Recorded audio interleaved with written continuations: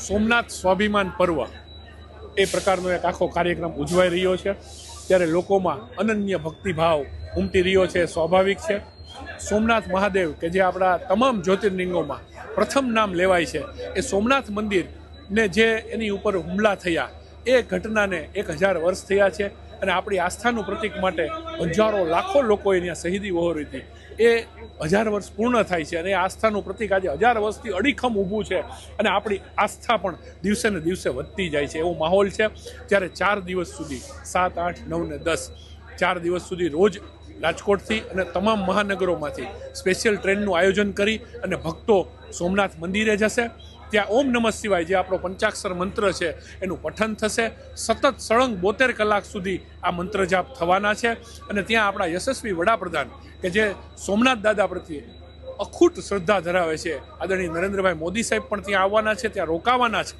અને ત્યાં એક ભવ્યાતિ ભવ્ય શોભાયાત્રાનું પણ સોમનાથ દાદાની શોભાયાત્રાનું પણ આયોજન થઈ રહ્યું છે। ત્યારે લોકોમાં અનન્ય ઉત્સાહ છે અને રાજકોટ મહાનગરમાંથી પણ આજે સ્પેશિયલ ટ્રેન દ્વારા કાર્યકરો અને ભક્તો જઈ રહ્યા છે અને આવતીકાલથી રાજકોટના શિવાલયોમાં પણ ઓમ નમઃ શિવાયના જાપનો કાર્યક્રમ રાખવામાં આવેલો છે। કુલ મળીને ભગવાન પ્રત્યે એક શ્રદ્ધાનો ભાવ અને સોમનાથ દાદાનું મંદિર કે જે આપણી ભારતીય સંસ્કૃતિનું એક અમૂલ્ય પ્રતીક છે એને ઉજવવાનો,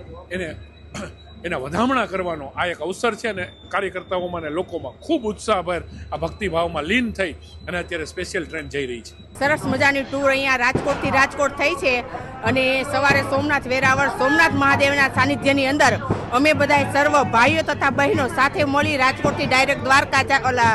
સોમનાથ મહાદેવ જાશું અને ત્યાંથી પાછા પરત દર્શન કરી અને રાજકોટ રિટર્ન થાશું। અમારે બહુ સરસ માહોલ હતો, સરસ મજાએ અમારું સ્વાગત કર્યું અને વાતે ગાતે સરસ મજાનું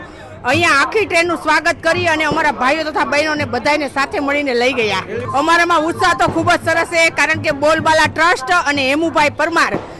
વોર્ડ નંબર 3ના પ્રમુખ અમારે જે છે એ ખૂબ જ સારા છે અને વ્યવસ્થિત માણસ છે, અમને એની સાથે ખૂબ જ આનંદ થાય છે। ભાઈ આ ટ્રેન સોમનાથ જઈ રહી છે, રાજકોટથી સોમનાથની જે ટ્રેન ફર્સ્ટ જઈ રહી છે એમાં હું મુસાફરી કરું છું અત્યારે અને સોમનાથ દાદાના જે દર્શન કરવા જવા મળી રહ્યા છે